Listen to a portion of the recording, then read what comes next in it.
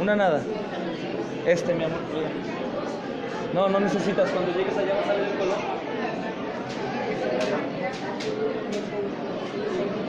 Dos, sí. Gracias. Vamos a pedir al Señor ayuda, hermanos. Padre, en el nombre de Jesús, Señor, te rogamos que nos bendigas, amado Señor, que nos ayudes en nuestra tanta debilidad. Somos tropiezo para nosotros mismos, Señor, en todo sentido. Nuestra mente, Señor, se enemista de inmediato con las cosas santas, Señor.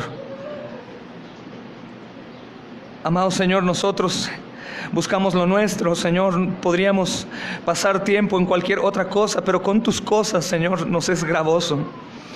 Por eso ayúdanos hoy de manera sobrenatural, Señor.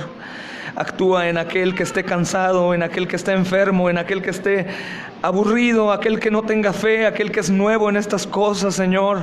Y danos la oportunidad, Señor, gloriosa, de poder gozarnos en tu palabra, como cuando un padre, Señor, protege a un hijo, Señor, le da amor, le da consejo, le da dirección. Ayúdanos a no, Señor, tener en poco aprecio este día glorioso que es el domingo, que tu iglesia en el mundo se congrega, amado Señor, y que te dan gloria, honra y alabanza y te adoran en todo lo que hacen, Señor. Sin tu ayuda no podemos, amado Señor. Por favor, ayúdanos. Necesitamos tu ayuda, Señor. Necesitamos que tú nos bendigas, amado Señor, con tu presencia. Te adoramos y te alabamos por los milagros que hemos visto, Señor, en la salvación de muchas almas, amado Señor. Gracias, amado Rey, por haber dado a tu Hijo Jesús para salvación nuestra. Gracias también, amado Señor, por lo que tú has hecho en estos últimos días, amado Rey. Sobre todo, Padre, en este acontecimiento glorioso de lo que has hecho en la vida de nuestro hermano Alfonso, Señor. Alabado sea tu nombre, Rey de Reyes, Señor de Señores, porque eres oportuno siempre, Señor. Gracias, Padre bendito, Señor, por lo que has hecho, Señor, y lo que harás. Te alabamos y te adoramos y te damos gracias porque hoy estamos delante de tu presencia y tenemos la seguridad que seremos bendecidos, porque lo único que expondremos aquí será tu palabra. No ideas de hombres, sino solo tu palabra, Señor. Así que ayúdame a yo, amado Rey, ser humillado y menguar, a fin de que tú, Señor, reines y enseñes, instruyas, redargullas, exhortes, amado Señor, y edifiques a tu iglesia. En el nombre de Jesús te ruego por aquellos que han caído, amado Dios, en el engaño del diablo, Señor, y se duermen durante la predicación. Dales terror al cerrar sus ojos, Señor, pues evaden la voz del glorioso Dios, Señor y Creador nuestro, Señor. Así que te ruego hoy por una iglesia atenta, despierta, por una exposición clara, que se entienda y que tu iglesia a una digan amén a tus verdades. Te damos gracias por lo que has hecho en los enfermos entre nosotros, por los milagros visibles, Señor, aboliendo el cáncer, pues en la cruz también llevaste enfermedades físicas y no solo espirituales, Señor.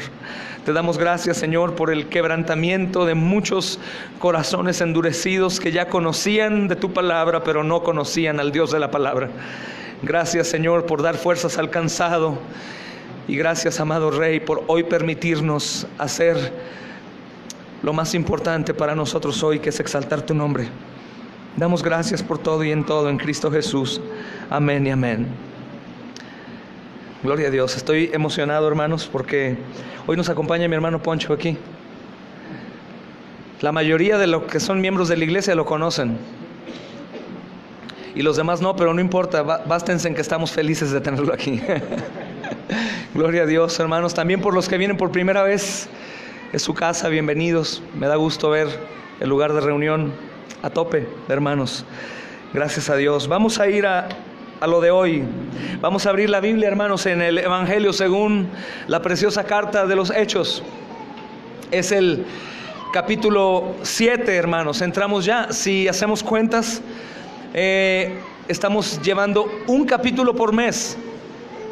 Aproximadamente empezamos la segunda semana de enero y hoy hemos llegado hasta acá. Pues qué bendición, pero haz cálculos con todos los capítulos de Hechos, ¿cuándo terminaremos más o menos? unos 2 años y medio estudiando solo este libro, hermanos, y va a ser de bendición. Y agradezco a Dios por habernos permitido llegar hasta hoy. Gracias a Dios, hermanos. Hoy vamos a leer desde el versículo 8 del capítulo 6. Han sido elegidos los diáconos, que son los servidores, y creo que eso quedó claro, qué tipo de servidores son los que Dios demanda de la iglesia, cuáles son sus características y cuáles son sus requisitos. Uno de estos servidores es Esteban. Y a partir del versículo 8 del capítulo 6 dice lo siguiente, hermanos, les ruego me acompañen ahí. Dice: y Esteban, lleno de gracia y de poder, hacía grandes prodigios y señales entre el pueblo. Entonces se levantaron unos de la sinagoga llamada de los libertos y de los de Cirene, de Alejandría, de Cilicia y de Asia, disputando con Esteban. Pero no podían resistir a la sabiduría y al espíritu con que hablaba. Entonces ellos sobornaron para que dijesen que le habían oído hablar palabras blasfemas contra Moisés y contra Dios. Y soliviantaron al pueblo y a los ancianos y a los escribas, y arremetiendo contra él, le arrebataron y le trajeron al concilio. Y pusieron testigos falsos que decían: este hombre no cesa de hablar palabras blasfemas contra este lugar santo y contra la ley. Pues le hemos oído decir que a ese Jesús de Nazaret destruiría este lugar y que cambiará las costumbres que nos dio Moisés. Entonces todos los que estaban sentados en el concilio, al fijar los ojos en él, vieron su rostro como el rostro de un ángel. Amén. Explicábamos, hermanos, que esta visión no es como la visión que han tenido algunos pintores que dibujan a los santos apóstoles y al resto como con caras tiernas, tan tiernas que afeminados parecen. No, hermanos, no es así. Explicábamos que más bien vemos la cara de un valiente joven que rodea los 20 años, que ha entendido que Cristo vino a la tierra siendo el Hijo de Dios, se encarnó, subió a la cruz por su propia voluntad a sufrir el castigo que merecíamos.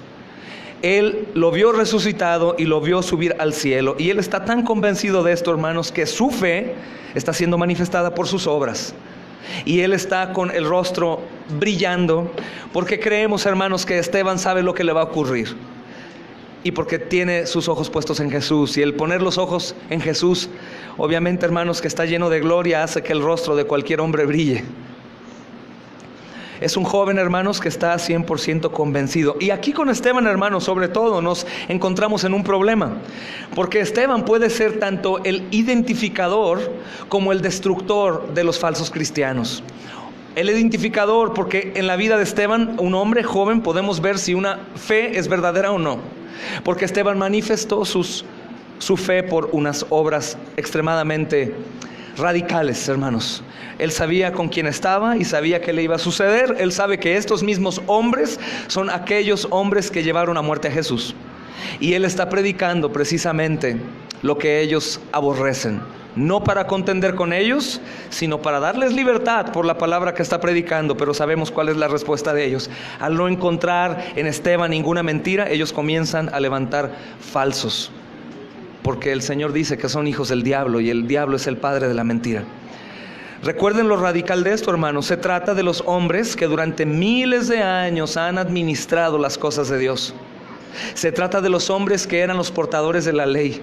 Se trata de los hombres que han interpretado la ley y han llegado a un grado extremo de hacer su propio libro de interpretación llamado la Mishnah, que este libro se caracterizaba por interpretación de hombres y las tradiciones de esos hombres. Entonces, lo que era una ley que era de bien para el pueblo de Dios, se convirtió en un yugo horrendo. Y en estos años más o menos, todo el pueblo de Dios está sufriendo como si Dios no existiera. Están subyugados con una ley imposible de cumplir y con tantas tradiciones de estos hombres que hacían imposible ser un fiel seguidor de Dios. Ya no es un gozo seguir a Dios, sino es un yugo, hermanos. Esteban se mete en camisa de 11 varas, hermanos, porque toca la llaga. El problema de estos hombres ya no es ahora Dios. El problema de ellos es el templo. Han hecho un ídolo del templo. Y eso es lo que hoy vamos a ver desde un panorama, hermanos, no muy profundo, porque nos llevaría mucho tiempo y no podríamos continuar con con los tiempos que estimamos para la serie. Y de cualquier manera te ruego que medites en este pasaje del capítulo 7 con el tema defensa y muerte de Esteban. Óralo y medítalo, y óralo y medítalo, y óralo y medítalo para reforzar lo que yo vaya a enseñar hoy, hermanos. Entonces leemos a partir del versículo 1 y así iremos, hermanos, desmenuzando todo este pasaje a fin de poderlo entender bien. Amén, hermanos. Dice el versículo 7, capítulo 7, versículo 1, perdón. El sumo sacerdote dijo entonces a Esteban, Esteban, ¿esto es así? Y él dijo, varones, hermanos y padres, oíd. El Dios de la gloria apareció a nuestro padre Abraham, estando en Mesopotamia, antes que morase en Harán, y le dijo, sal de tu tierra y de tu parentela y ven a la tierra que yo te mostraré. Entonces salió de la tierra de los caldeos y habitó en Harán, y de allí, muerto su padre, Dios le trasladó a esta tierra en la cual vosotros habitáis ahora. Y no le dio herencia en ella, ni aún para asentar un pie, pero le prometió que se la daría en posesión y a su descendencia después de él, cuando él aún no tenía hijo. Y le dijo Dios así, que su descendencia sería extranjera en tierra ajena, y que los reduciría a servidumbre y los maltratarían por 400 años. Mas yo juzgaré, dijo Dios, a la nación de la cual serán siervos, y después de esto saldrán y me servirán en este lugar. Y le dio el pacto de la circuncisión, y así Abraham engendró a Isaac y le circuncidó al 8º día. Isaac a Jacob, y Jacob a los 12 patriarcas. Los patriarcas, movidos por envidia, vendieron a José para Egipto, pero Dios estaba con él y le libró de todas sus tribulaciones, y le dio gracia y sabiduría delante de Faraón, rey de Egipto, el cual lo puso por gobernador sobre Egipto y sobre toda su casa. Vino entonces hambre en toda la tierra de Egipto y de Canaán, y grande tribulación, y nuestros padres no hallaban alimentos. Cuando oyó Jacob que había trigo en Egipto, envió a nuestros padres la primera vez, y la segunda, José se dio a conocer a sus hermanos, y fue manifestado a Faraón el linaje de José. Y enviando José, hizo venir a su padre Jacob y a toda su parentela en número de 75 personas. Así descendió Jacob a Egipto, donde murió él y también nuestros padres, los cuales fueron trasladados a Siquem y puestos en el sepulcro a precio del dinero de dinero que compró a Abraham de los hijos de Amor en Siquem. Pero cuando se acercaba el tiempo de la promesa que Dios había jurado a Abraham, el pueblo creció y se multiplicó en Egipto, hasta que se levantó en Egipto otro rey que no conocía a José. Este rey, usando de su astucia con nuestro pueblo, maltrató a nuestros padres a fin de que expusiesen a la muerte a sus hijos para que no se propagasen. En aquel mismo tiempo nació Moisés y fue agradable a Dios, y fue criado 3 meses en casa de su padre, pero siendo expuesto a la muerte, la hija de Faraón le recogió y le crió como a hijo suyo. Y fue enseñado Moisés en toda sabiduría de los egipcios, y era poderoso en sus palabras y obras. Cuando hubo cumplido la edad de 40 años, le vino al corazón el visitar a sus hermanos, los hijos de Israel. Y al ver a uno que era maltratado, lo defendió, e hiriendo al egipcio, vengó al oprimido. Pero él pensaba que sus hermanos comprenderían que Dios le daría libertad por mano suya, mas ellos no lo habían entendido así. Al día siguiente se presentó a unos de ellos que reñían, y los ponía en paz, diciendo: varones, hermanos sois, ¿por qué os maltratáis el uno al otro? Entonces el que maltrataba a su prójimo le rechazó, diciendo: ¿quién te ha puesto por gobernante y juez sobre nosotros? ¿Quieres tú matarme como mataste ayer al egipcio? Al oír esta palabra, Moisés huyó y vivió como extranjero en la tierra de Madián, donde engendró 2 hijos. Pasados los 40 años, un ángel se le apareció en el desierto, en el monte de Sinaí, en la llama de fuego de una zarza. Entonces Moisés, mirando, se maravilló de la visión, y acercándose para observar, vino a él la voz del Señor: yo soy el Dios de tus padres, el Dios de Abraham, el Dios de Isaac, el Dios de Jacob. Y Moisés, temblando, no se atrevía a mirar. Y le dijo el Señor: quita el calzado de tus pies, porque en el lugar en el que estás es tierra santa. Ciertamente he visto la aflicción de mi pueblo, que están en Egipto, y he oído su gemido, y he descendido para librarlos. Ahora pues ven, te enviaré a Egipto. A este Moisés, a quien habían rechazado, diciendo: ¿quién te ha puesto por gobernante y juez? A este lo envió Dios como gobernante y libertador por mano de ángel que se le apareció en la zarza. Este lo sacó, habiendo hecho prodigios y señales en la tierra de Egipto y en el mar Rojo y en el desierto por 40 años. Este Moisés es el que dijo a los hijos de Israel: profeta os levantará el Señor vuestro Dios entre vuestros hermanos, como a mí, a él oiréis. Este es aquel Moisés que estuvo en la congregación en el desierto con el ángel que le hablaba en el monte Sinaí y con nuestros padres, y que recibió palabras de vida que darnos, al cual nuestros padres no quisieron obedecer, sino que le desecharon, y en sus corazones se volvieron a Egipto, cuando dijeron a Aarón: haznos dioses que vayan delante de nosotros, porque a este Moisés que nos sacó de la tierra de Egipto no sabemos qué le haya acontecido. Entonces hicieron un becerro y ofrecieron sacrificio al ídolo, y en las obras de sus manos se regocijaron. Y Dios se apartó y los entregó a que rindiesen culto al ejército del cielo, como está escrito en el libro de los profetas: ¿acaso me ofrecisteis víctimas y sacrificios en el desierto por 40 años, la casa de Israel? Antes bien llevasteis el tabernáculo de Moloc y la estrella de vuestro dios Renfán. Figuras os hicisteis para adorarlas. Os transportaré pues más allá de Babilonia. Tuvieron nuestros padres el tabernáculo del testimonio en el desierto, como había ordenado Dios, cuando dijo a Moisés que lo hiciese conforme al modelo que había visto, el cual, recibido a su vez por nuestros padres, lo introdujeron con Josué al tomar posesión de la tierra de los gentiles, a los cuales Dios arrojó de la presencia de nuestros padres hasta los días de David. Este halló gracia delante de Dios y pidió proveer tabernáculo para el Dios de Jacob. Mas Salomón le edificó casa, si bien el Altísimo no habita en templos hechos de mano, como dice el profeta: el cielo es mi trono y la tierra el estrado de mis pies. ¿Qué casa me edificaréis?, dice el Señor, o cuál es el lugar de mi reposo. ¿No hizo mi mano todas las cosas? Duros de cerviz e incircuncisos de corazón y de oídos, vosotros resistís siempre al Espíritu Santo, como vuestros padres, así también vosotros. ¿A cuál de los profetas no persiguieron vuestros padres y mataron a los que anunciaron de antemano la venida del justo, de quien vosotros ahora habéis sido entregadores y matadores? Vosotros que recibisteis la ley por disposición de los ángeles y no la guardasteis. Oyendo estas cosas, amados, se enfurecían en sus corazones y crujían los dientes contra él. Pero Esteban, lleno del Espíritu Santo, puestos los ojos en el cielo, vio la gloria de Dios y al Señor Jesús que estaba a la diestra de Dios, y dijo: he aquí veo los cielos abiertos y al Hijo del Hombre que está a la diestra de Dios. Amén y amén. Hermanos, esta gran lectura es el gran sermón de Esteban. Y muchos no han entendido por qué Esteban predicó todo esto.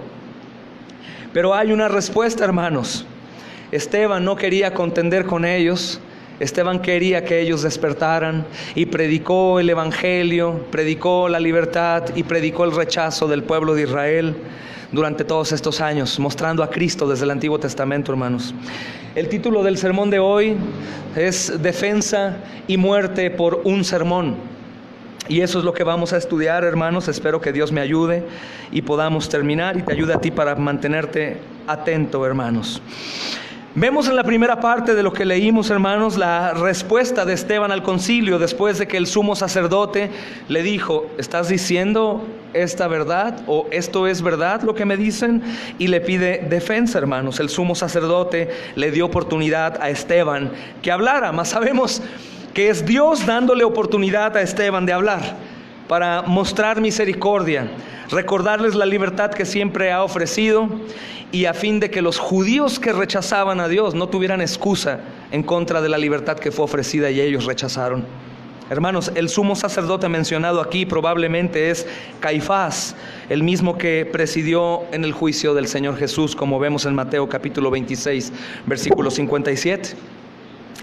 Otro dato importante, hermanos, es que recuerda que estos grupos de los de Cilicia son aquellos de Cilicia de Tarso, y que lo más probable es que es el grupo de Pablo, y el apóstol Pablo, que hasta aquí es Saulo de Tarso, aún no es convertido, está ahí, hermanos, está con ellos, está viendo todo lo que está aconteciendo, y muchos otros hombres más. Hermanos, vemos que el sumo sacerdote invita a Esteban a que le explique en la luz de las acusaciones registradas en Hechos capítulo 6 versículo 11, lo que estaba diciendo. Esteban ya es acusado, hermanos, de hablar palabras blasfemas contra Moisés, de hablar palabras blasfemas contra Dios y de hablar palabras blasfemas en contra del lugar santo y contra la ley. Pero lo importante, mis hermanos, es que en el orden que se está presentando las acusaciones, podemos ver que el pueblo religioso de Israel ya no le importa tanto que blasfemen contra de Moisés y contra Dios, sino lo que a ellos les está importando más es que están blasfemando en contra del templo. Ese es el asunto que ellos están peleando.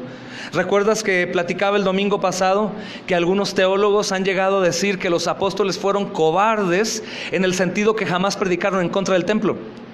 Sabemos que los apóstoles no fueron cobardes, pero se entiende porque a la luz de la verdad religiosa de Israel, lo que más amaban ya era el templo, hermanos. De hecho, hoy en día siguen haciendo lo mismo. Si te das cuenta, van al templo y creen que la presencia de Dios está confinada ahí y están dando ahí, ponen sus pecados en el muro de los lamentos y claman, y el templo para ellos es sagrado. Y de hecho muchos judíos, la mayoría, perdón, y muchos supuestos judeocristianos, que no existe tal cosa, están esperando el tercer templo más que el Señor, hermanos. Si tú has visto algunas publicaciones de cristianos que tienen una doctrina, hermanos, muy desviada, ellos están esperando más el tercer templo que al Señor. Para empezar, eso es imposible, porque el lugar en donde el tercer templo debía ser construido es el lugar en donde ahorita, hermanos, la secta más poderosa que existe en el mundo tiene ahí su templo. Entonces, para esto tiene que haber una guerra desastrosa, mundial, porque los musulmanes están en todo el mundo, aún aquí ya, hermanos, en México, tienen mezquitas y no es eso. La iglesia está esperando al Señor del templo, que es la iglesia, no al templo, hermanos. ¿Okay? Pero esto le está enfureciendo a ellos, hermanos, y adicionalmente lo están acusando de decir que va a destruir. No solo está arremetiendo en contra del templo, según ellos, sino él está diciendo que el templo va a ser destruido, cosa que fue verdad. En el año 70 vemos que los romanos destruyen el templo y el único rastro que quedó del templo pues es el muro en donde hoy en día los judíos religiosos oran ahí. Si tú te preguntas qué es esta gran barda de grandes bloques de casi 1 metro, hermanos, de ancho o de largo, es el muro que quedó de la destrucción que Roma llevó a cabo en el año 70 después de Cristo. Es el muro que quedó del templo, y ahí van los religiosos, si los han visto todos, ¿no? Que se ponen ahí, están lamentándose, es el muro de los lamentos, están llorando ahí. ¿Y sabes qué están pidiendo a ellos? Que venga el Mesías. Pero oh sorpresa, el Mesías ya vino, hermanos. Entonces la religión judía hoy en día, hermanos, está perdida. Y los que no sepan, aprovecho porque hay muchas caras nuevas hoy. El Dios de los cristianos no es el Dios de los judíos. El Dios de los judíos es un Dios que es imaginario ya, porque ellos niegan completamente que Jesús sea Dios encarnado y el único Mesías. Ellos no reconocen a Jesús, hermanos, como el Mesías. ¿Tú sí lo reconoces como el Mesías y el Salvador? ¿Entonces su Dios es el mismo que el tuyo? No es el mismo. Y Esteban ya está acostumbrado a esto, hermanos. Algo importante que nos dijo el último versículo, la última porción del capítulo 6, es que el rostro de Esteban ya está brillando. Esteban está predicando y sabe lo que va a acontecer. Hermanos, lo que está haciendo Esteban aquí no es darle clases a los religiosos. Estos son hombres preparados en la ley. Esteban no está tratando de enseñarles, hermanos. Esteban está dando un panorama histórico del Antiguo Testamento.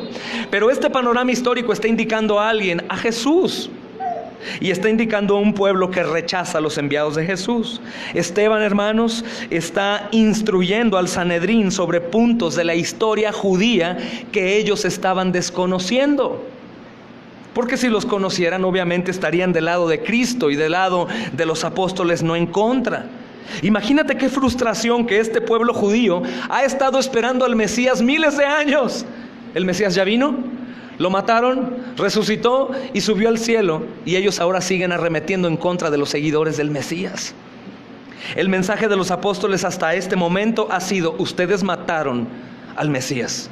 Entonces, en la soberbia, el orgullo, su mucha preparación, su estatus político, religioso, para ellos esto es una ofensa, hermanos. Y sobre todo que están hablando con respecto al templo al que ellos están rindiendo culto, más que a Dios, hermanos.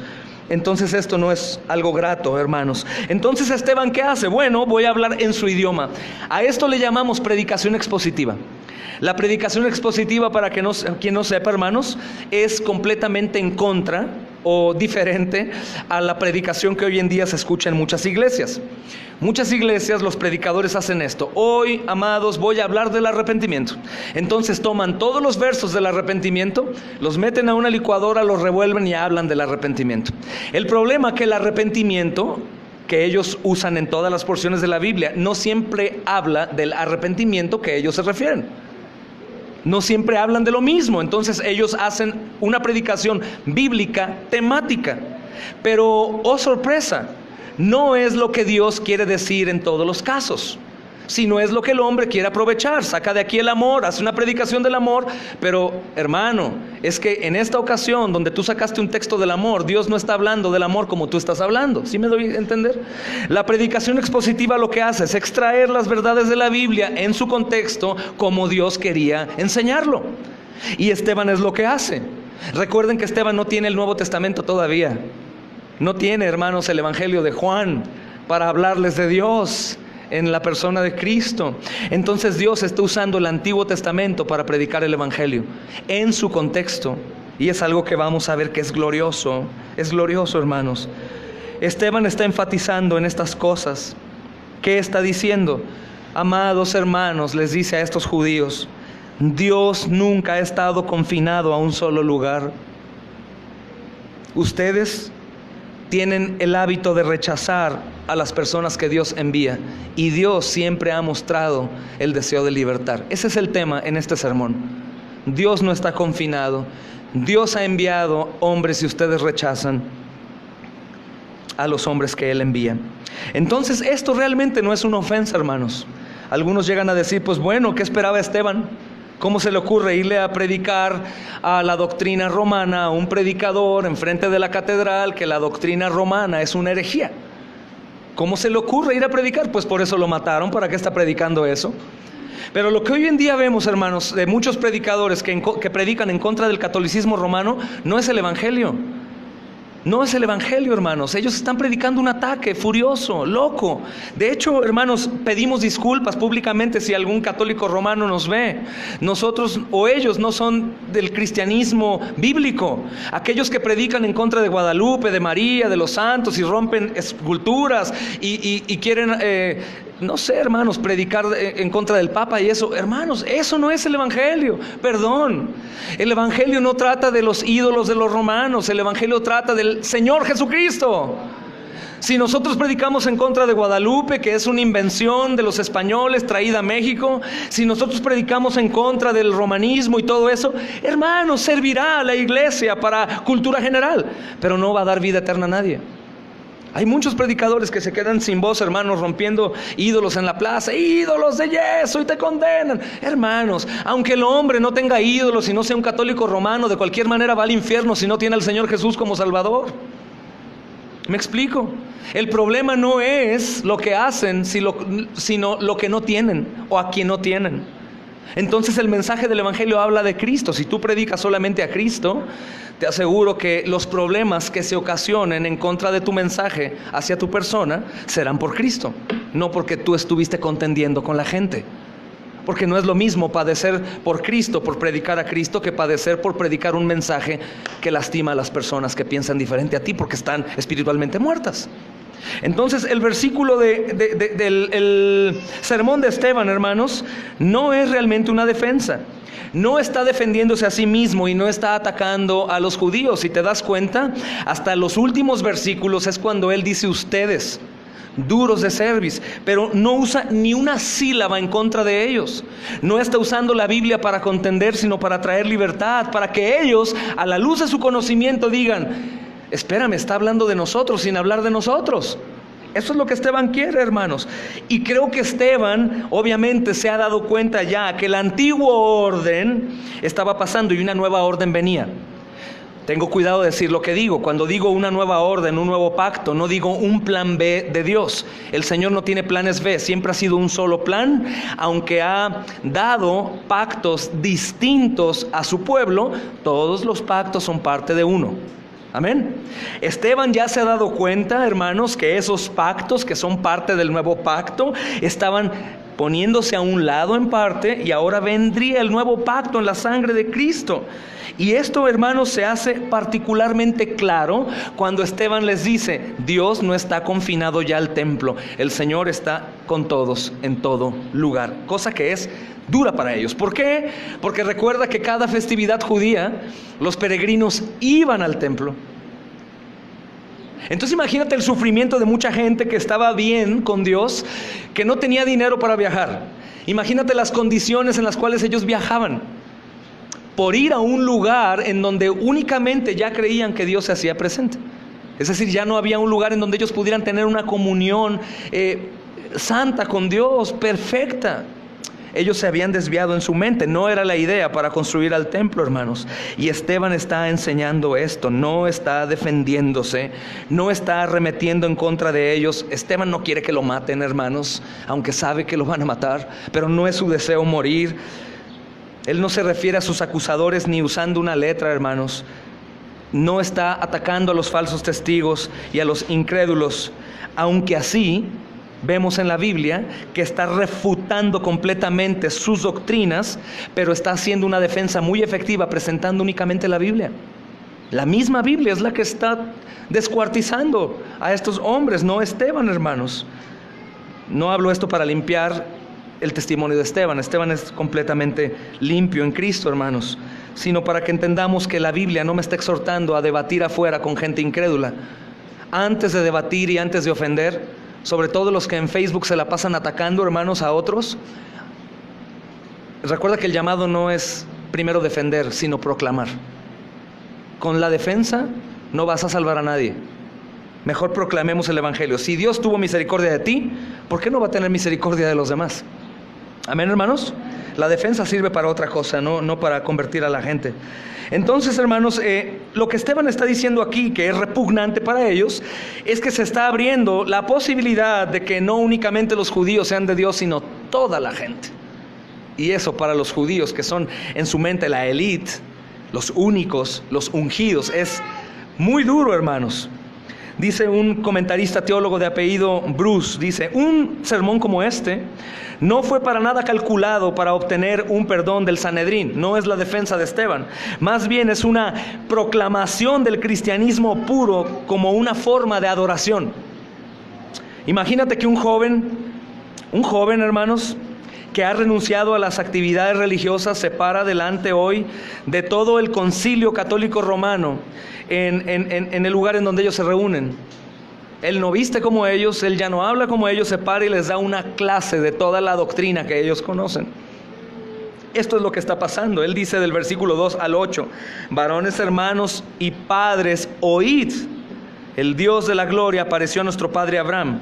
Hermanos, cuando él dice esto, el principio de Esteban es enfatizar que el Dios de gloria se le apareció a Abraham antes de que hubiese un templo o que entrara a la tierra prometida. No solo el templo era innecesario, hermanos, para la revelación de Dios, sino también la tierra prometida no era necesaria. Entonces, la idea de presentar esto de Abraham es que, sin decirlo directamente, les está diciendo: oigan, Dios le habló a Abraham antes de que hubiera un templo y antes de que llegara a la tierra prometida. Ellos comienzan a entender poco a poco. Él está diciéndoles: amados, Dios es más grande que el templo y que la tierra prometida. Y esto es lo que explica de inicio. Entonces, hermanos, la acusación que ellos levantan en contra de Esteban es falsa, porque lo acusaron de hablar en contra del templo, pero Esteban, hermanos, no está hablando en contra del templo, sino está hablando en adoración a favor de Dios.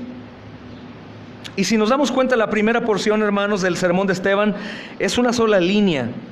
Es la primera parte de su sermón y es una sola línea.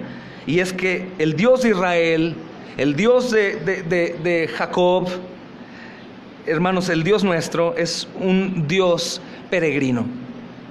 Quiere decir, hermanos, no está restringido en un solo lugar. Dios siempre ha podido por su pueblo adorar, se ha dejado adorar y alabar y seguir en cualquier lugar. Y más hoy entendemos eso, hermanos. El velo fue roto y ahora podemos adorarle aquí, en tu casa, en el baño, en el coche, en el trabajo y en cualquier lugar. No es necesario un templo como tal, hermanos. Si Él tiene un hogar, si Dios tiene un hogar en la tierra, hermanos, es que Él mora con su pueblo. Nosotros somos su hogar, somos morada del Espíritu Santo. Y donde la iglesia se reúna, ahí está el Señor. En cualquier lugar, hermanos, ahí está el Señor. Su hogar es su iglesia, hermanos. Y esto está refutando completamente lo que ellos creían. Él les dijo, por así decir, no es, amados, como si Abraham está en Mesopotamia y de pronto Dios le habla y le dice desde el monte Sinaí, a cientos de miles de millas: Abraham, ven para acá, porque no puedo ir para allá. Quiero que vengas a Palestina. No, hermanos, Dios se le aparece en donde está, en Mesopotamia, y en toda su gloria. Dios habla con Abraham sin un templo, sin estar en la tierra prometida. Después vemos la segunda porción que dice: sal de tu tierra y de tu parentela y ven a la tierra que yo te mostraré. Y Dios le está diciendo a Abraham, hermanos, todas estas cosas estando Abraham en Mesopotamia. Pero Esteban, hermanos, está explicando que Abraham no fue inmediatamente a Canaán, que habitó en Harán. Es decir, no dejó inmediatamente la tierra ni a sus parientes, sino que su padre lo acompañó a Harán también. Que está enseñando Esteban, que la obediencia, hermanos, de Abraham es parcial, y que aunque su obediencia fue parcial, no quitó la promesa de Dios. Más bien significaba que la promesa estaba en espera hasta que Abraham estuviera listo para hacer lo que el Señor le había dicho. Con esto, hermanos, también está enseñando, mis amados hermanos, que este hombre que llegó a ser un gigante de la fe, y aún, hermanos, en la Biblia, Gálatas 3:7 dice que él es el padre de los que creen, recibió todo lo que recibió solo por la fe. Solo por la fe, hermanos. Y algo importante de esto también que quiere mostrar Esteban, predicando a Cristo sin mencionarlo, es que Abraham es un ejemplo del autor y consumador de la fe y el perfecto en obediencia, que es Jesús. Era solo una sombra de la promesa, de la libertad y la promesa, hermanos. De la libertad y la promesa. Del versículo 6 al 8, hermanos, Dios advierte a Abraham y le da un pacto. Dice la primera porción de estos versículos: su descendencia sería extranjera en tierra ajena. Después dice: y dada a servidumbre. Entonces, ¿qué está diciendo el Señor? Que Esteban está recordando que la promesa no sería fácil, o que sería leve para Abraham y su descendencia, pero a la vez también le da una promesa. Dios prometió juzgar a la nación que puso a Israel por servidumbre. A Abraham le dijo: no será fácil, pero yo haré justicia. Entonces Esteban está sugiriendo la idea, hermanos, de que Dios promete, es fiel, sabe cuidar y proteger a su pueblo. Y él mismo descansaba en esa seguridad. Esteban, hermanos, no únicamente está hablando esto, sino que lo está viviendo, porque él está retando con su actitud, hermanos, al pueblo judío que está enfrente de él. Él sabía que no era fácil hacer lo que iba a hacer, pero era necesario llevarlo a cabo, hermanos. Dice la segunda porción: le dio el pacto de la circuncisión. Isaac a Jacob, y Jacob después a los 12 patriarcas. Estos son los hijos, hermanos, las 12 tribus. Y vemos que la circuncisión para los judíos llegó a ser la señal del pacto de Israel. Y el pacto fue pasado a través de estos descendientes de Abraham. Siguió eso, hermanos. Pero después vemos que no da un giro, sino explica bien cómo esto funciona. Del versículo 9 al 16, Dios habla de la fidelidad de Dios a través de José. Y dice: Dios estaba con él, con José. Y otra vez lo que está haciendo, hermanos, es que Esteban está enfatizando la presencia espiritual de Dios con José en todo el tiempo, no únicamente en un lugar o por un templo. José no necesitó ir al templo para estar cerca de Dios. No había un templo. En lugar de eso, hermanos, Dios estaba con él. ¿Cuándo? Todo el tiempo, todo el tiempo. La porción B, hermanos, dice: movidos por envidia vendieron a José. Y Esteban mencionó, hermanos, la historia de José, porque él es una imagen de Jesús también. Por eso te digo, Esteban está predicando el Antiguo Testamento, pero está enseñando a Jesús. Todos estos hombres y sus obras son una sombra de Jesús y de la obra de Jesús, hermanos, de la obra de Jesús. Después, más adelante, hermanos, viene la historia de Israel desde el tiempo de Moisés. Ha pasado por Abraham, que es una sombra de Jesús y su obra también.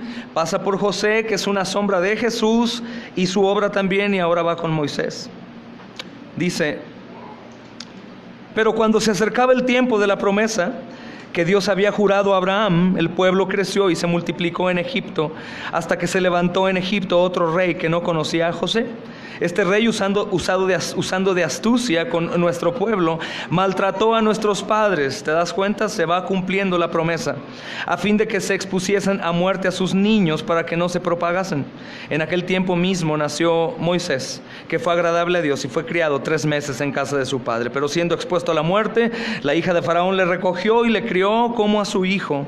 Y fue enseñado Moisés en toda sabiduría de los egipcios, y era poderoso en sus palabras y obras.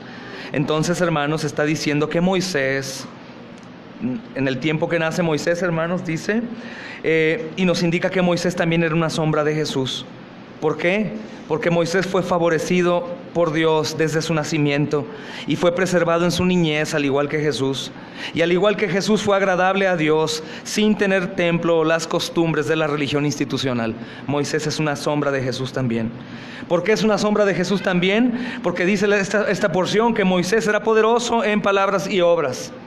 Moisés también, hermanos, era como Jesús, porque él era sabio, él era hábil con las palabras y era un hombre de poderosas obras como Jesús. Del versículo 23 al 29, hermanos, vemos que Israel nuevamente rechaza a Moisés. Es el tercer enviado por Dios que tiene rechazo en esta porción de la Escritura. Dice: cuando hubo cumplido la edad de 40 años, le vino al corazón el visitar a sus hermanos. En un tiempo señalado, hermanos, Moisés baja de su trono real, como Jesús, por la preocupación de sus hermanos, como Jesús, y llega a su pueblo para dar libertad. Él pensaba, hermanos, porción B, que sus hermanos comprenderían que Dios les daría libertad por mano suya, mas esto no fue así, hermanos. Cuando Moisés ofrece libertad a Israel, es rechazado, y rechazado con despecho, hermanos. Israel negó que él tenía cualquier derecho de ser gobernante y juez sobre ellos. Esto es lo que está enseñando Esteban, hermanos. Entonces el mensaje de Esteban es muy claro. Ustedes han rechazado a Jesús, quien era como Abraham, quien era como José, quien era como Moisés, pero que es más grande que ellos, y está negando a Jesús, que tiene derecho de ser un gobernante y juez sobre ustedes porque es el Dios encarnado. Y comienza a enseñarles del versículo 30 al 34. Dice: pasados 40 años, un ángel se le apareció en el desierto del monte Sinaí, en llama de fuego de una zarza. Entonces Moisés, mirando, se maravilló de la visión, y acercándose para observar, vino a él la voz del Señor: yo soy el Dios de tus padres, el Dios de Abraham, el Dios de Isaac, el Dios de Jacob. Y Moisés, temblando, no se atrevía a mirar. Y le dijo el Señor: quita el calzado de tus pies, porque el lugar en el que estás es tierra santa. Ciertamente he visto la aflicción de mi pueblo que está en Egipto, he oído su gemido y he descendido para librarlos. Ahora pues ven, te enviaré a Egipto. Hermanos, Esteban enfatiza que Dios llamó y comisionó a Moisés. Esteban dice, hermanos, de los versículos siguientes, 35 al 36, que Moisés era el único libertador de Israel, a pesar del rechazo ya previo cuando se presentó a querer hacer que no pelearan los hermanos suyos, israelitas, hermanos. Este Moisés, dice la Escritura, a quien ustedes han rechazado. Lo importante aquí, hermanos, que está enfatizando Esteban, es que aunque Israel había rechazado ya a Moisés y su liderazgo, eso no quería decir que Dios no lo había puesto con señales, hermanos, y con milagros que Moisés estaba haciendo, y que no podían confundirse, hermanos, de que él era un enviado de Dios. Después de esto también les dice: este lo sacó. Aunque ellos no creían en Moisés, hermanos, él lo sacó. Aunque Israel rechazó, hermanos, en lo que podía llamarse la primera venida de Moisés, él quedó siendo el libertador elegido de Dios para Israel siempre. Y aquellos que los rechazaron pagaron siempre las consecuencias, hermanos. Dice la porción del 37 al 41, estoy tratando de resumir un poco para avanzar, hermanos. Este Moisés es el que dijo a los hijos de Israel: profeta os levantará el Señor vuestro Dios de entre vuestros hermanos. ¿Qué es lo que quiere decir aquí Esteban? Este Moisés al cual ustedes siguen, del cual ustedes honran y guardan la ley, es el que profetizó acerca de Jesús. Otro profeta vendrá. Dios levantará un profeta entre ustedes como a mí, y les dice: a él escucha, a él escucha. Hermanos, Moisés prometió que vendría después de él otro profeta y advirtió que Israel debería tomarlo con cuidado, especialmente, hermanos, de escuchar la voz de ese profeta. Pero lo que está enseñando Esteban, hermanos, es que así como Israel rechazó a Moisés, así estaban rechazando a Jesús, quien era el profeta de profetas, hermanos, de quien habló Moisés. Cada individuo, hermanos, tenía que considerar por sí mismo cómo aceptaría al Señor Jesús y no solo rechazarlo. Ellos no se detuvieron para ver su anuncio en la Escritura, la profecía de Juan el Bautista, sus milagros, y así recibirlo como el único Señor, como el Mesías, como el profeta esperado. No lo recibieron como su libertador, y lo peor de todo, que es el único que puede o podía libertarles, hermanos. Por eso Esteban les dice, les recuerda la Escritura: ese es aquel que estuvo en la congregación.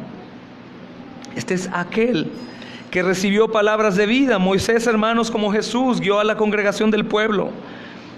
Moisés, como Jesús, disfrutaba de una intimidad especial con Dios y trajo la luz de la revelación. Continúa enseñando Esteban, hermanos, y les dice: estos rechazaron a Moisés, hicieron un ídolo rechazando a Dios, no escucharon la instrucción, no creyeron en Moisés, despreciaron al libertador enviado por Dios, y al ver que Moisés estaba demorándose en la comunión que tenía con Dios, hicieron un becerro. Hermanos, cuando Israel antiguo rechazó a Moisés y a la obra de Dios, hermanos, ellos lo reemplazaron con su propia religión hecha por hombre. Esteban aplica la misma idea al concilio del que hablaba.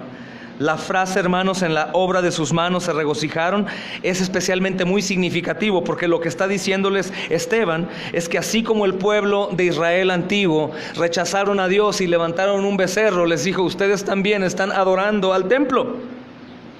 Y no era que Esteban estaba hablando en contra del templo, hermanos, sino contra la manera en que Israel estaba adorando el templo en lugar de adorar al Dios del templo.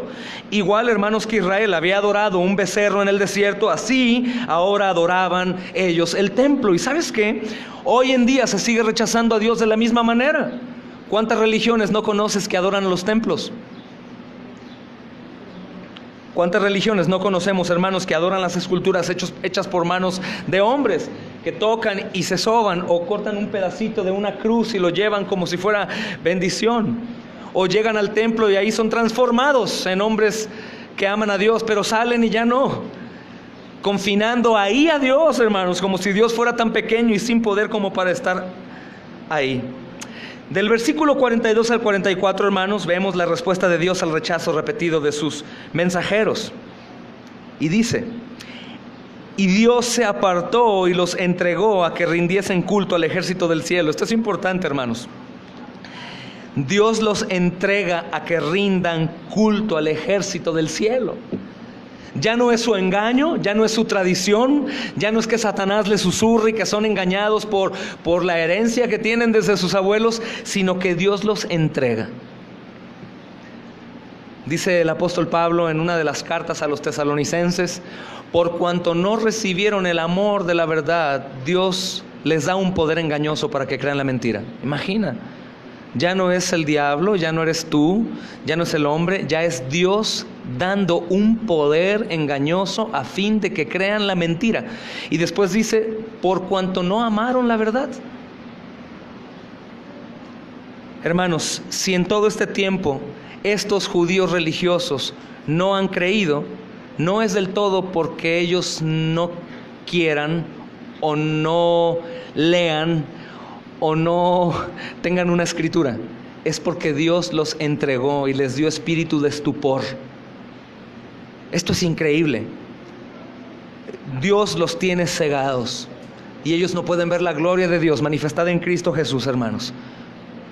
Pero fue por algo. Por eso dice, Dios se apartó y los entrega que rindan culto al ejército del cielo, como está escrito en el libro de los profetas. Podríamos decir claramente, si tú te preguntas, ¿por qué si hay un Dios tan poderoso? ¿Por qué los hombres adoran tantas cosas? ¿Por qué vemos desfiles cargando ídolos y llorando por los ídolos? La gente, si lo ves desde una perspectiva extraterrestre, yo pienso, hermanos, que si existiesen, los extraterrestres dirían, ¿qué están haciendo? ¿Cómo que están llorando y cargando ahí y haciendo esas cosas? Postrándose ante yesos y maderas. ¿Qué? Pero si tú te preguntas por qué, es porque Dios entrega a las personas para que rindan culto al ejército del cielo, para que las personas estén confundidas, para que las personas estén completamente incapacitadas de reconocer a Dios. Lo que Esteban está enseñando, hermanos, es que tuvieron la oportunidad de que Abraham, en Abraham fue la promesa de esta libertad. A Abraham se le dio la tierra prometida. A Abraham se le dio el pacto que vendría después.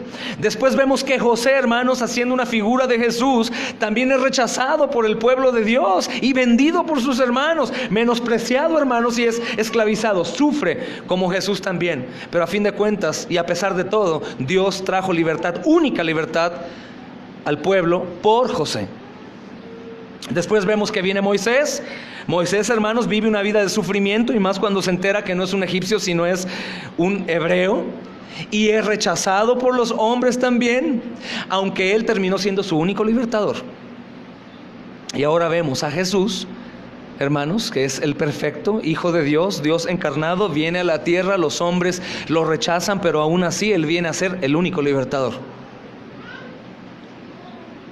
Mas sin embargo, estos hombres que rechazan, dice la Escritura, que fueron entregados a que rindieran culto, hermanos, a que rindieran culto.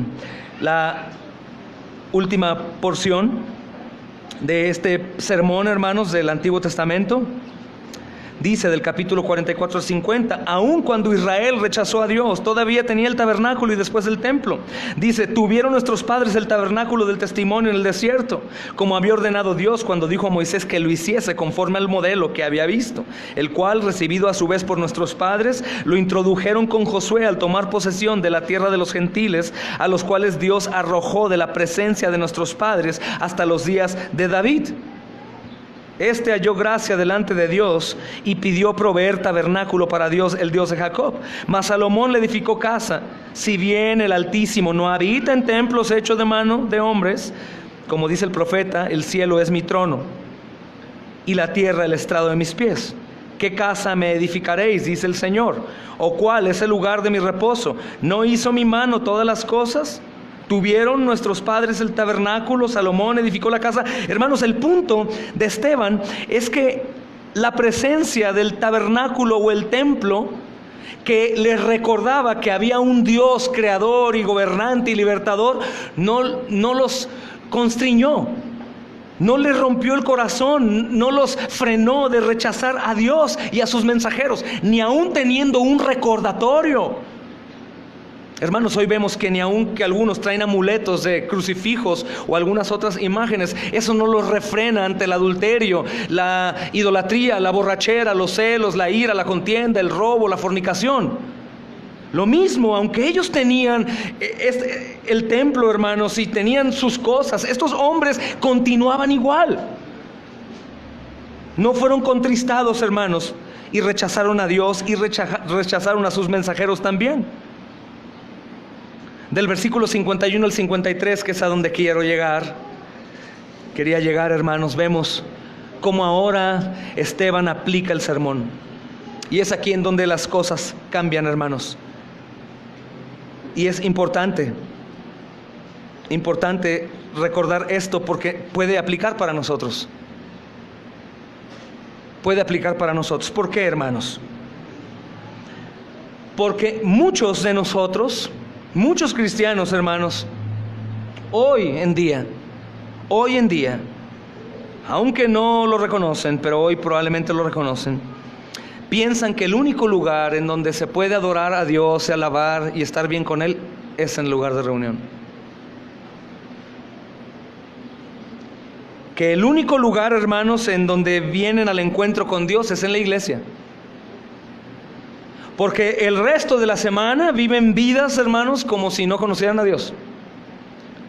Pero aquí todos nos vestimos de la mejor forma, las mujeres se cubren, bajan la bastilla de sus faldas, los hombres vienen tranquilitos y con sus ojos como caballos, hermanos, enfrente, los niños están portaditos, pero salimos de aquí y de inmediato subimos el nivel de la falda, abrimos los botones del escote, los hombres empiezan a hablar como los hombres del mundo, comienzan a ver como el mundo, los niños comienzan a estar, hermanos, siendo alimentados por las cosas del mundo y nos olvidamos que somos de Dios y estamos diciendo con nuestra actitud que Dios está confinado únicamente al lugar de reunión.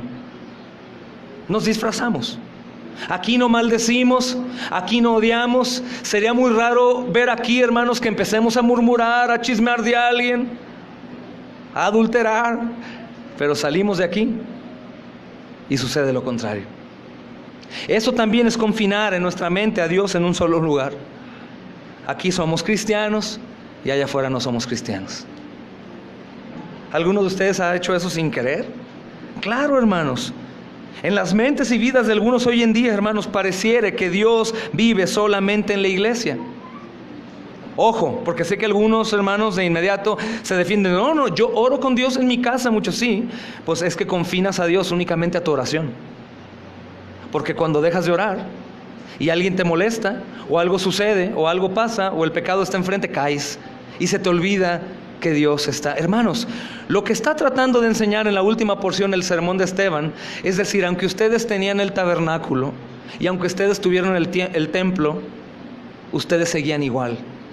No tuvieron temor, confinaron a Dios en sus mentes en un solo lugar. Hermanos, esto es importante ver antes de leer la aplicación, que es en donde voy a predicar. Hasta ahorita solo te leí. Hermanos, si tú eres más santo aquí que afuera, tú tienes que examinar tu fe. Tú tienes que examinar tu fe, tú tienes que examinar, escudriñar. Porque Dios hará muchas cosas para probar tu fe. Dios hizo cosas tremendas en Abraham para probar su fe. Dios hizo cosas tremendas en José para probar su fe. Dios hizo cosas tremendas en Moisés para probar su fe. Y Dios ha hecho cosas tremendas en sus apóstoles para probar su fe. En Esteban para probar su fe y en ti para probar tu fe. No creas que nos vamos a poder burlar de Dios tanto tiempo y aunque permaneces una vida infiel fuera de la iglesia, el Señor no va a hacer nada. Ni creas, hermano. Créeme que Dios va a someterte a disciplina. Es una promesa suya. Porque Dios a quien ama, disciplina y azota a todo el que recibe por hijo. Insisto, si crees que las disciplinas de Dios son las pequeñas tribulaciones que tú pasas a consecuencia de tu pecado, estás muy equivocado. Esas son consecuencias de tu pecado. Es que me pelearon. Sí, claro, pues eres un contencioso, hermano. Es que están hablando de mí, claro, porque ven que tú todo el tiempo hablas de ellos, hermana. Es que le golpearon a mi hijo, sí, pues es que es un peleonero. Es que me dio cirrosis, pues claro, hermano, sigues tomando alcohol y creo que del 96, por eso rápido se consumió tu interior. O tengo efisema pulmonar, claro, pues es que tienes 25, 30 años fumando, pues ¿qué querías? Estas son consecuencias de pecado. ¿Sí me explico? Que no todo es pecado, hermano, sino que me refiero consecuencia a lo que tú hiciste habiendo tenido la oportunidad de dejarlo de hacer, porque el Señor es poderoso para librarnos de cualquier cosa. A eso me refiero. Pero el padecer, hermanos, corrección de Dios, es de otra clase de cosas, como el padecer persecuciones por otra clase de cosas, ¿no? Pero pongan atención, hermanos, a esto que quiero enseñar hoy, aunque me tomó 20 minutos la introducción. Porque lo que Esteban está haciendo y a quienes está acusando son hombres que en realidad piensan que son agradables a Dios. Si tú eres un creyente verdadero que sabes que eres agradable únicamente por Cristo, entonces yo quiero que hoy escuchemos el sermón de Esteban y la aplicación de Esteban como para nosotros. Esteban, al terminar esto, hermanos, sabiendo que las mentes y las vidas de estos hombres aparentaban, hermanos, o manifestaban que Dios solamente estaba en el templo. Hoy nos habla a nosotros el Señor, sabiendo que en las mentes y las vidas de algunos de nosotros parece que solamente viven en la iglesia. Para los que se congregan un día a la semana, hermanos, qué terrible. Un solo día a la semana eres como para Dios. Del versículo 51 al 53, hermanos, Esteban aplica el sermón y les dice: un hombre santo, puro, hermanos, por Cristo, no contencioso, no iracundo, no con deseo de herir, les dice a estos hombres, duros de cerviz. La traducción que tú tienes ahí incluye signos de exclamación. Quiere decir que en realidad el original está indicando que Esteban gritó. Los santos también gritan, hermanos. Jesús también tuvo un carácter fuerte. Jesús no es el hippie de los cuadros que muchos tienen, un tanto afeminado en su figura y tan bondadoso que parece como si fuera un hombre sin autoridad. No, hermanos, Jesús es el hombre con más autoridad que ha pisado esta tierra. Y tenía un carácter santo, y también hablaba fuerte, y también gritaba, y también les llamó serpientes y víboras hipócritas a los religiosos. ¿No? Esteban dijo: duros de cerviz e incircuncisos de corazón y de oídos. Ustedes resisten siempre al Espíritu Santo. Ojo, ojo. Hay una doctrina que nosotros abrazamos que se llama la gracia irresistible. Quiere decir que los que Dios les puso el ojo desde la eternidad, el Señor los va a llevar con Él. Pero aún esos que Dios les pone su salvación, hermanos, desde la eternidad, pueden resistirse por un tiempo. Pueden ser duros, hermanos, pueden resistirse hasta que es tanto la presión que van a caer con la disciplina del Señor. Pero es un hecho, gloria a Dios. El que comenzó la obra en ustedes la va a perfeccionar hasta el día de Jesucristo, dice el apóstol Pablo. Dice: ustedes resisten al Espíritu Santo como sus padres, así también ustedes. ¿A cuál de los profetas ustedes no han perseguido? Sus padres también. Y mataron a los que anunciaron de antemano la venida del justo, de quien ustedes ahora habéis sido entregados y asesinos. Entregadores y asesinos. ¿Recuerda Jesús llegando, hermanos, a Jerusalén? Y de pronto ve desde lo alto al templo y ve a Jerusalén, y llorando dice: oh Jerusalén, Jerusalén, tú que matas a los profetas. De hecho a él lo iban a matar ahí. Y Esteban está diciendo lo mismo: esperen, ustedes reaccionen. Ustedes son el pueblo de Dios, y ustedes son los que han rechazado el mensaje, la libertad, y a los que libertarían. Ustedes rechazan, ustedes han sido duros. Ustedes han perseguido a los santos de Dios, y ustedes han matado a los santos de Dios. Dice: ustedes que recibieron la ley por disposición de ángeles y no la guardaron. Hermanos, lo que está tomando ahí Esteban es un cuchillo muy filoso, que es la palabra, y está destrozando a estos hombres en su dureza, y está descubriendo las partes interiores de sus corazones y los secretos de sus almas. Esto que está haciendo Esteban es lo mismo que sucede desde los púlpitos cuando el Señor te habla de tu pecado y te lastima. ¿Ha sentido alguien eso? ¿Cuál es la primera respuesta de aquellos que son un tanto duros? ¿Enojarse con quién? ¿Con Dios? ¿Con quién? Conmigo, hermanos. Sí, de seguro lo dice por esto, o de seguro él ha de ser muy santo, o de seguro él sí el otro. Es la defensa, la dureza de cerviz. No abren el corazón y dicen: sí, Señor, mátame para poder vivir. No, duro, no. Y no me conoce, no sabe, yo soy santo. Es la misma actitud del fariseo, hermanos. Es la misma actitud. Por eso te ruego, aplica el sermón a tu vida. Hasta que no te humilles y reconozcas que en realidad necesitas del Salvador, el Señor no hará la obra en ti, aunque creas que eres el más erudito y conocedor de la palabra. Resiste siempre al Espíritu Santo, hermanos. No es difícil imaginar para nosotros los susurros de estos airados del Sanedrín. ¿Sabes por qué no es difícil? Porque los que son duros de cerviz ya están susurrando en su mente en contra del anuncio. No te tengo que exponer cómo ellos susurraban, solo imagínate. Esteban les está predicando y les dice: ustedes no reciben al Salvador, no han recibido a sus profetas, ustedes los matan. ¿Qué te imaginas que ellos están susurrando si son los doctores? Lo mismo que nosotros hemos llegado a susurrar, hermanos. Más sin embargo, así como estos hombres tenían oportunidad de decir: es cierto, Esteban, es cierto, nuestros padres, nosotros hemos hecho esto, sí es cierto, ¿y qué haré? Porque lo hicieron otros religiosos. Más adelante, hermanos, veremos esto manifiesto. Hay una predicación y judíos como estos, pero no del rango de esta dureza, dicen: ¿qué hacemos? Si entendemos, nosotros matamos a Jesús, ¿qué podremos hacer? Y hay misericordia. Pero cuando hay arrepentimiento y confesión, hermanos, si quieres imaginar los susurros de estos hombres, tienes que recordar qué tipo de personas son. Son personas, hermanos, que son respetadas en la política y en la religión. Son personas que han estudiado la ley al derecho y al revés. Pero son personas que por su orgullo y soberbia han llegado a un nivel en donde nadie los puede enseñar. Entonces viene un jovencito humilde que se para a enseñar y ellos están enfurecidos. Algunos podríamos decir: no, pues con razón. Su trabajo les costó llegar a donde están, y para que venga nada más de pronto y pum, se ponga ahí. Hermanos, la realidad que la figura de Esteban es la figura de Jesús, la humildad de Jesús, la manera en cómo está hablando, sin contienda, sino con el deseo de salvar.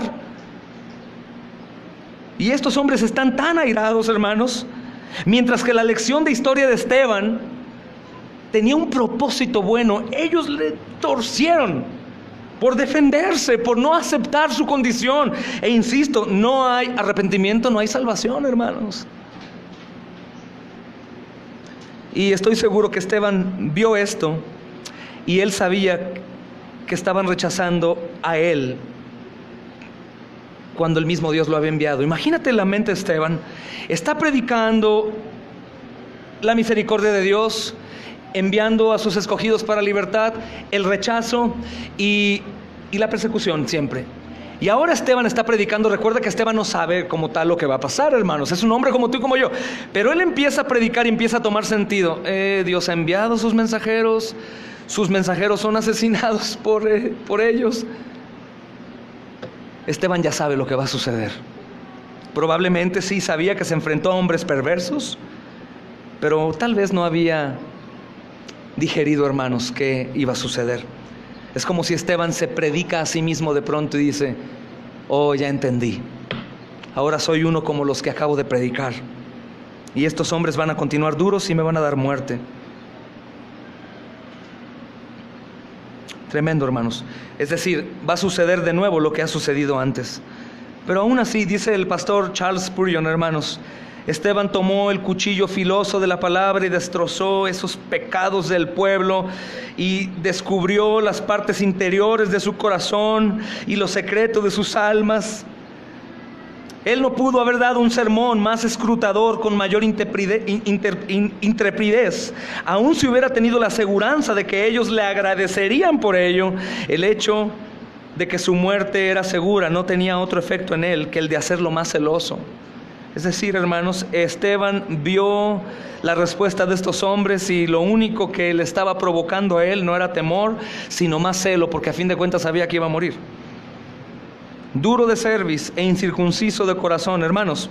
Si tomamos conceptos del Antiguo Testamento, lo que está haciendo Esteban es reprender a aquellos que rechazaban a Jesús como duros de cerviz, como está escrito, hermanos, en pasajes como Éxodo 32:9. Es decir, Esteban sigue usando palabras que ellos conocen y los define como ellos conocen que Dios define a los hombres como ellos. No está usando palabras nuevas, hermanos. Y como incircuncisos de corazón y de oídos, como está escrito en Jeremías 9:26 también. Ellos saben. Y en usar las dos frases juntas, Deuteronomio 10:16, hermanos, habla de estas dos y les dice: circunciden pues el prepucio de vuestro corazón y no endurezcáis más vuestra cerviz. Hermanos, casi 20 veces en el Antiguo Testamento Dios llama a Israel duros de cerviz. Estos líderes religiosos, hermanos, estaban actuando igual que sus antepasados. Por eso Jesús dice, hermanos, en Mateo 9:17: es imposible que odres viejos contengan vino nuevo. ¿Qué entiendes tú por eso? Es imposible que el Señor vaya a llenarte cuando tú continúas con la dureza que tenías antes, o al menos una parte, porque puede que el odre sea un tanto restaurado, pero siga siendo el mismo odre, restaurado pero el mismo. Hermanos, a través de Esteban el Espíritu Santo muestra cómo esas viejas tradiciones del judaísmo, especialmente el sobreénfasis de adorar al templo, no podían contener el nuevo vino del cristianismo. Y Esteban, hermanos, hoy nos habla, el Espíritu Santo a través de él, a nosotros. Es imposible contener el vino del cristianismo, hermanos, si nosotros continuamos siendo las viejas criaturas, si no nos despojamos. Recuerda que tanto dice Dios que circuncidará nuestros corazones, como también dice que tú los circuncides. Tenemos que trabajar en ello, hermanos. Pero vemos la gloria de Dios a través del sufrimiento, como siempre lo leímos. El pueblo de Dios sufre, pero a fin de cuentas sucede lo que Dios dijo que iba a suceder. Y el martirio de Esteban, hermanos, sirve para eso. Sirve para esparcir la iglesia en todo el mundo, hermanos. Dios también usa el mensaje de Esteban, hermanos, para mostrarnos que no había ninguna razón teológica que previniera que el evangelio iba a ir a toda nación. Si tú te preguntas por qué tú y yo hoy estamos sentados aquí escuchando el mensaje, hermanos, tiene mucho que ver con la muerte de Esteban y con la muerte de todos los santos. Si tú hablas de que, Señor, que el evangelio llegue a toda nación, espérame, ¿de qué nación somos nosotros? ¿Cuánto tiempo haces caminando de aquí al Medio Oriente? Somos rincón, somos los últimos rincones de la tierra, hermanos. Somos una nación muy apartada. El evangelio ya ha sido proclamado y ya ha sido extendido, hermanos. Es más cerca África. ¿Te das cuenta? Nosotros somos los últimos rincones de la tierra. El Señor Jesucristo está muy pronto a venir, hermanos. Y hay una reacción en el versículo 54. Es la reacción del concilio ante el sermón de Esteban. Dice, como ya hemos leído, hermanos, oyendo estas cosas, se enfurecían y crujían los dientes contra él. Hermanos, el concilio estaba enojado, pero porque el mensaje de Esteban había dado en el blanco. ¿Y sabes qué? No podían descartar ni ignorar lo que dijo. Mayormente, hermano, hermana, cuando nosotros nos enojamos por un sermón, ¿sabes por qué es? Porque en su misericordia Dios dio justo al blanco. Porque si hay enojo por otra cosa que no sea esa, pues es porque el predicador dijo mentiras. Y ahí sí todos debemos enojarnos y sáquenme de aquí, hermanos. Pero sí es verdad lo que te dice el Señor. Y a ti te duele, no es para herirte, tumbarte y dejarte ahí, sino es para que herido vayas al médico de las almas y Él te sane. No seas duro, que el único que pierde eres tú. Ellos se enfurecieron, hermanos, y fueron convencidos de hacer lo que iban a hacer. Dice el versículo 54 otra vez, oyendo estas cosas se enfurecían en sus corazones y crujían los dientes contra él. Hermanos, el crujir los dientes contra él es asombroso, hermanos, pensar en esta respuesta. ¿Por qué? Porque son líderes dignificados, son líderes respetados en Israel. Hermanos, esto es como si un grupo de políticos crujen los dientes, airados en una respuesta al testimonio de algún hombre fiel que trae buenas cosas para ellos o para el país. Sería como incoherente. Hermanos, la idea de que crujían los dientes, a mí lo que me recuerda, supongo a ti también, es la imaginería del infierno, ¿no? Dice el Señor, 7 veces distintas, Jesús está describiendo el infierno como un lugar de lloro y crujir de dientes. Entonces imagínate lo que hay dentro, la maldad, hermanos, es como en el infierno, crujen dientes. Y lo más impresionante, hermanos, que este crujir de dientes viene de una palabra que en el griego es gabelein. Y gabelein no habla de una explosión repentina de crujir dientes, sino de un tiempo constante que ellos duraron crujiendo los dientes. O sea, no solamente un momento se enojaron, no, estaban muy enojados, como perros con rabia, hermanos, por las verdades de Esteban. Quiere decir que todo lo que ellos podían hacer, aparte de poder creer y humillarse, hermanos, era crujir los dientes. Y tenían bastante odio, hermanos. No tiene sentido, ¿verdad, hermanos?, que veamos a un hombre santo que está predicando a sus futuros asesinos la libertad. No tiene sentido que estos hombres se enojen y vayan a llevar a muerte a un hombre joven que lo único que está haciendo es decir la verdad, que está enseñándoles con la misma palabra y que les está tratando de decir: hey, no se engañen, lo mismo que ha pasado antes está a punto de suceder, pero hasta que no me maten ustedes tienen la oportunidad de arrepentirse. Pero Esteban ya sabe que va al martirio, hermanos. El versículo 55 al 56 dice: pero Esteban, lleno del Espíritu Santo, puestos los ojos en el cielo, vio la gloria de Dios y a Jesús que estaba a la diestra de Dios, y dijo: he aquí veo los cielos abiertos y al Hijo del Hombre que está a la diestra de Dios. Hermanos, esto fue un gran contraste al comportamiento del concilio. ¿Por qué? Ojo, en cuanto a frutos, hermanos, de los creyentes, siempre hay un contraste con los que no son creyentes. Es tan importante examinar por nuestros frutos, porque el diablo es bueno para engañar, y hay algunos que pueden creer que en realidad son cristianos cuando no tienen absolutamente nada, hermanos, de fruto del Espíritu Santo.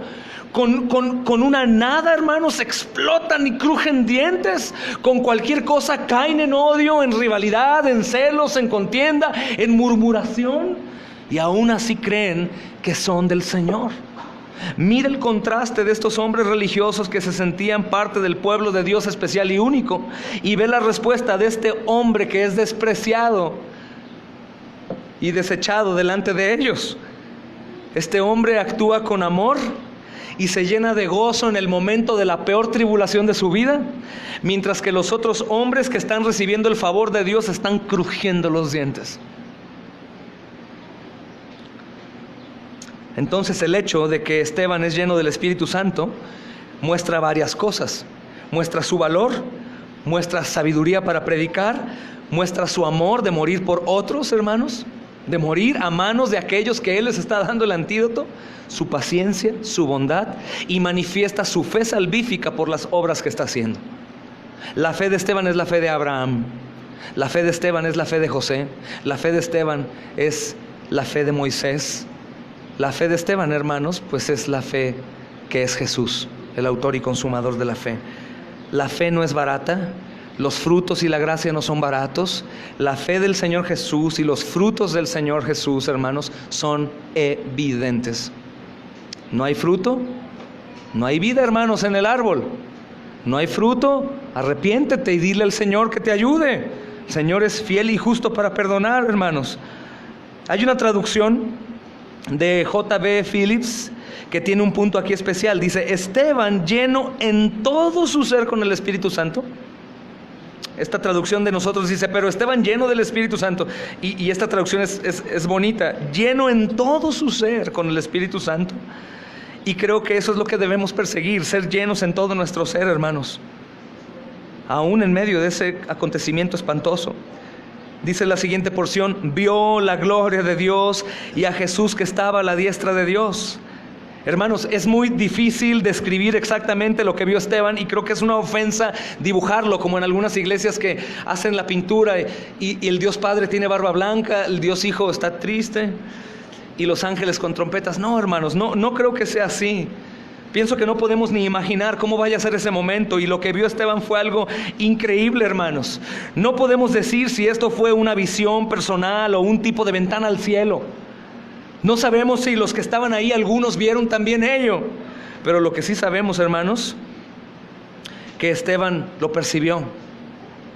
Y yo creo que es una ayuda siempre oportuna de parte de Dios para aquellos que serán martirizados por su nombre. Dios siempre responde en el momento justo. El Señor es fiel y ha pagado por nosotros. Estoy seguro que en un momento de ese tipo, o aún en la muerte de alguno de nosotros, podremos ver cielos abiertos para morir en paz dando alabanza al Señor. Fue abierto, hermanos, y él pudo ver ahí. Y algo curioso, si te das cuenta, dice que Jesús estaba ahí, pero la traducción en inglés, creo que la King James viene así, y dice: Jesús estaba parado a la diestra de Dios. Y uno podría decir: espérame, eso está en contra de lo que dice Mateo 26:6-4 o Colosenses 3:1, que dice que Jesús está ¿cómo? sentado en el trono. ¿Por qué? Porque es el sumo sacerdote, y los sacerdotes que presentaban sacrificios no se sentaban, hermanos, ellos estaban parados. Pero como la obra fue consumada, Jesús está sentado en el trono, ya reinando. Pero entonces, ¿por qué dice la traducción en inglés, que es una muy buena traducción, King James? ¿Por qué dice parado a la diestra de Dios? Yo fielmente creo que el Señor está parado, hermanos, presenciando la muerte de un mártir, diciéndole: hijo, ven aquí conmigo. Está honrando a su mártir, hermanos. Está con gozo y está de pie, sufriendo con Esteban también. No solo presenciando desde el trono, sino parado, presenciando ahí, hermanos. Yo puedo suponer que Jesús está ahí, en solidaridad con Esteban, sufriendo con Esteban, hermanos, en un momento de crisis. Esto me dice bastante que en los sufrimientos nuestros, hermanos, y en cosas a causa de Cristo, no estamos solos, el Señor está con nosotros. Es decir, Jesús no reacciona sin pasión a los problemas de su pueblo. Yo creo, hermanos, que Jesús sufrió ya una vez y para siempre, pero sé que a Jesús le sigue importando tu sufrimiento y el mío. También hay algunos teólogos que se atreven a decir que el Señor Jesús se paró para dar reconocimiento. ¿Has visto cuando alguien importante entra a alguna sala en el mundo? ¿Qué hace la gente? Se ponen de pie. ¿Qué pasa cuando alguien logra un éxito en el ámbito político o deportivo? ¿Qué hace la gente? Se levanta y se pone de pie. Imagínate al mismo Señor poniéndose de pie por la muerte de uno de sus santos. Gloria al Rey, hermanos.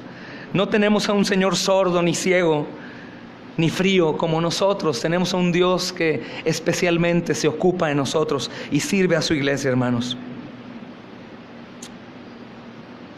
Entre todos los seguidores del Señor Jesús, hermanos, Esteban fue el primer mártir.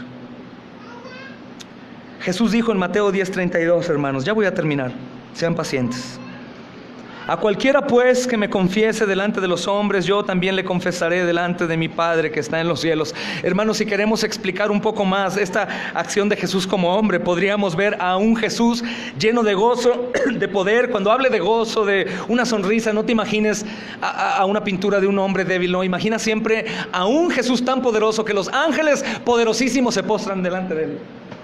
Pero yo me imagino al Señor Jesús intercediendo con el Padre y viendo a sus santos morir o dar testimonio y decirle al Padre: mira Padre, mira mis santos, mira los que compré. Mientras Satanás está crujiendo los dientes, viendo que aunque hay sufrimiento y hay padecimiento, los santos del Señor que son preservados por Él darán testimonio hasta el fin, hermanos.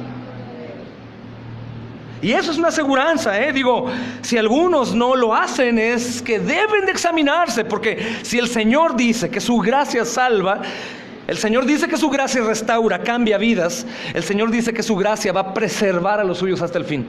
De tal manera que podemos algunos, hermanos, que tengamos el privilegio de morir en años próximos por anunciar a Cristo, como están muriendo muchos hermanos en el mundo y aún en México, podremos cantar alabanzas mientras están haciendo con nosotros lo que quieran. Eso ha sucedido siempre. Coliseo Romano metía a cristianos, hermanos, y los cristianos cantaban alabanzas mientras los leones los devoraban, o toros los cornaban, o los mataban quemados o crucificados, o los ponían como antorchas, hermanos, para iluminar las calles de Roma en la noche, y ellos cantaban alabanzas y las siguen cantando. ¿Por qué? ¿Porque son fuertes? ¿Porque son victoriosos? No, porque Cristo Jesús habita en ellos y les da la fortaleza para poder hacerlo. Por eso los santos soportan maltratos, cárcel, hospital, cualquier cosa, porque Cristo Jesús está en nosotros a pesar de que nosotros somos infieles. Él es fiel, hermanos, para que cuando lleguemos allá ninguno de nosotros se atreva a decir: es que mi piedad, es que mis buenas obras, es que mi buena actitud, es que mi fuerza, es que mi coraje, es que mi valentía me trajo aquí. De ninguna manera. Los santos van a reconocer algo: si no fuese por ti, mi Señor, yo no podría estar aquí.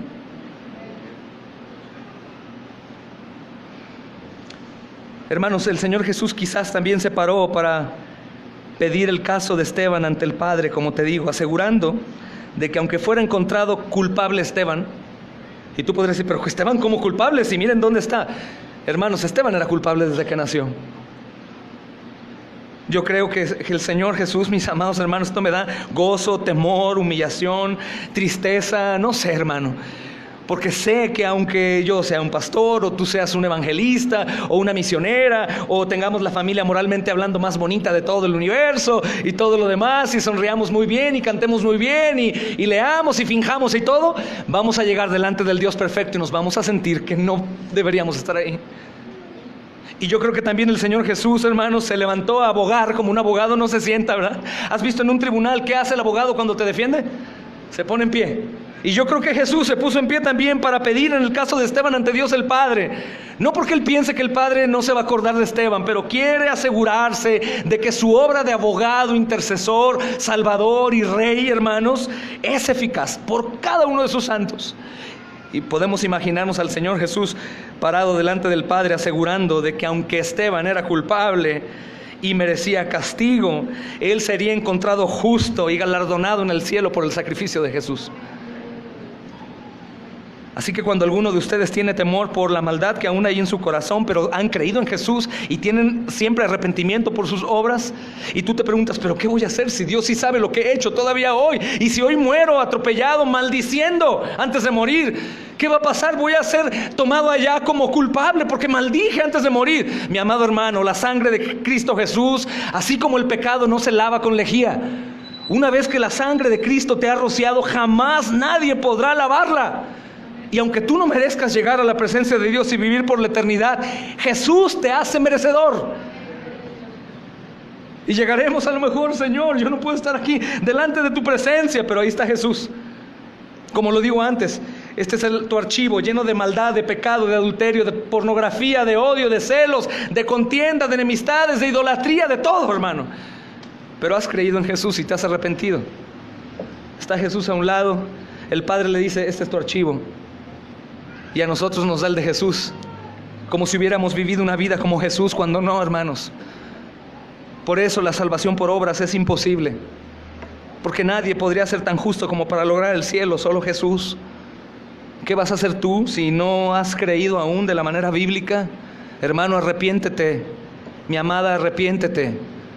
No por lo que te ha hecho tu pecado en tu vida, porque te divorciaste, porque tienes una enfermedad por tu pecado, porque te has enemistado. No, eso no es arrepentimiento salvífico. Arrepiéntete de saber que el bueno, santo y justo y perfecto abandonó su reino, vino a una tierra como esta para pagar tu castigo, para pagar con su vida tu libertad.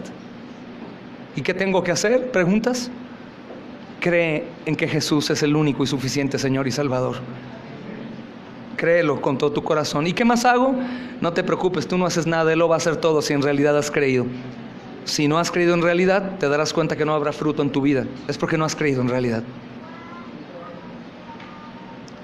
Hermanos, Esteban ha estado confesando a Cristo delante de los hombres, y ahora ve a Cristo confesando a su siervo delante del Padre. La promesa se ha cumplido. Los que me confiesen delante de los hombres, los voy a confesar yo delante de mi Padre y sus ángeles, y los que se atrevan a negarme, yo también los negaré, hermanos. Y veremos después la ejecución de Esteban siendo apedreado a causa de la justicia. Oremos a Dios, hermanos. Amado Dios, Señor, queremos rogar, Señor, que tú, Señor, nos envíes ayuda. Hemos entendido que aunque andemos en verdad, Señor, padeceremos. Hemos entendido, amado Señor, que en realidad hemos sido duros y hemos ignorado que tú no estás únicamente en un templo, sino que cada vez que pecamos y hacemos lo malo, Señor, estamos delante de tus ojos. Qué glorioso también saber, hermano, que podemos orar hoy a Dios y pedirle perdón, así que pide perdón en tu lugar. Te rogamos, Señor bendito, que nos ayudes a poder tener un arrepentimiento genuino.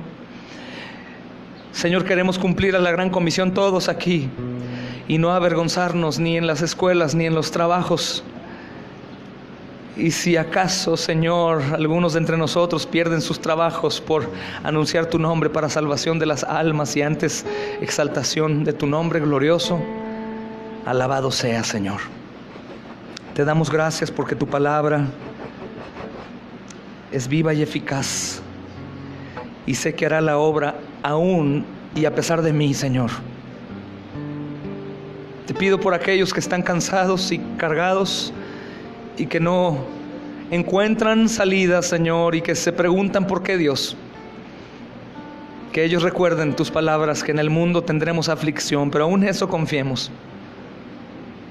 Que aún a pesar de la enfermedad o la economía escasa o cualquier cosa, podamos todos dar gloria a tu nombre porque tú eres digno. Y que aún aprovechemos la peor de las situaciones o circunstancias, Señor, delante de los demás, para que los demás sepan que tú vives y reinas, y que eso, Señor, que vivimos no será un impedimento para alabarte. Te ruego, Señor amado, hoy en especial por los duros de cerviz, los que han escuchado domingo a domingo, año tras año, y siguen aferrados a abrazar un Dios débil, que abrazan su idea, Señor, de estar bien delante de tus ojos cuando no es así. Que abrazan, amado Señor, sus pecados, ignorando que ya fueron llevados a la cruz del Calvario, y que te hacen un Dios en su mente que está imposibilitado de poder obrar y dar libertad. Te pido por la unidad de la iglesia, no de unos con otros, pues sé que esos lazos se romperán, sino unidos a ti, amado Señor Jesús. Te ruego por aquellos, Señor, que sirven a tu cuerpo, Señor, de una manera tan mínima que es invisible. Te pido para que recuerden que les has dotado de dones para edificar tu iglesia. Te pido, amado Rey, por más hombres y mujeres valientes que vayan o que aporten para que vayan los demás. Te ruego, Señor bendito, que tú hoy nos recuerdes durante todo el día que este es tu día en el cual nos gozaremos y te adoraremos, Señor. Gracias, Padre eterno, en Cristo Jesús. Amén. Cada mes, hermanos, celebramos la Cena del Señor. Vamos a cantar